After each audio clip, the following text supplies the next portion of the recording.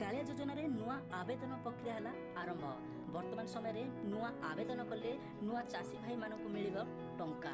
नाममात्र चाषी हो कि क्षुद्र चाषी हूँ समस्ते आवेदन करें कालिया योजना।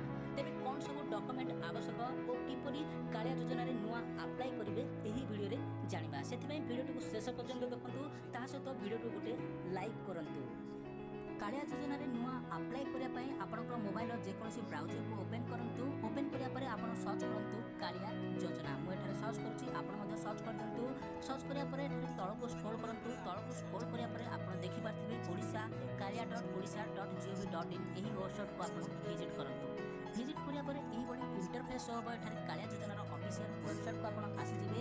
आपण ऊपर रेड कलर में देखिपारे जहाँकि ओपन हो जाए कालिया योजनार नुआ अप्लाई प्रोसेस। एवं देखिपारे जहाँकि ऑनलाइन ग्राफिक्स बा इंक्लूजन इज ओपन ऑन 3/10 जहाँकि आज डेट 3/10/2023 रु आरंभ हो 31/12/2023 जहाँकि डिसेम्बर 31 पर्यंत कालिया योजना आप नुआ अप्लाई करेंगे। वर्तमान समय आज ही कालिया योजनार नुआ अप्लाई प्रोसेस आरंभ होती।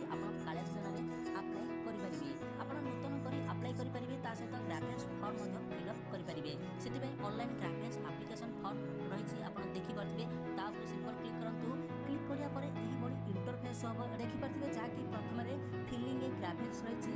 आपड़ जब पूर्व कालिया योजना अप्लाई करते कि आपको टंका मिलूना ताले आप ग्राफिक्स फॉर्म को फिलअप करेंगे। आदि आप नुआ अप्लाई करने चाहते न्यू एप्लिकेशन रही तापर क्लिक कर आप नूतन अप्लाई करेंगे। देन नेक्स्ट एठारे कौन सब डॉक्यूमेंट आवश्यक आप देखिपारे प्रथम आप फोटोकॉपी ऑफ पासबुक जहाँकि आप बैंक अकाउंट फोटोकॉपी दरकार। और सेकेंड आप स्मॉल एवं मार्जिनाल फार्मर होते हैं आप लैंड रेकर्ड जहाँकि आप जमी बाड़ी पटार फोटोकॉपी आप दरकार।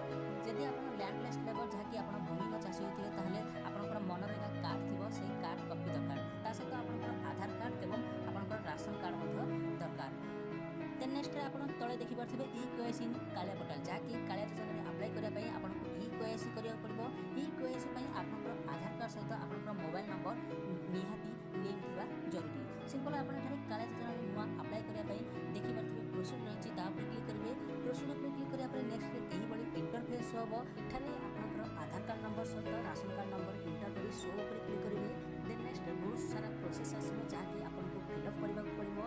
किंतु एठारे आप मन रखु आप कदापि निज मोबाइल में आवेदन करूँ ना निकटस्थ जनसेवा कि सर्विस सेंटर को जाए अप्लाई करूँ।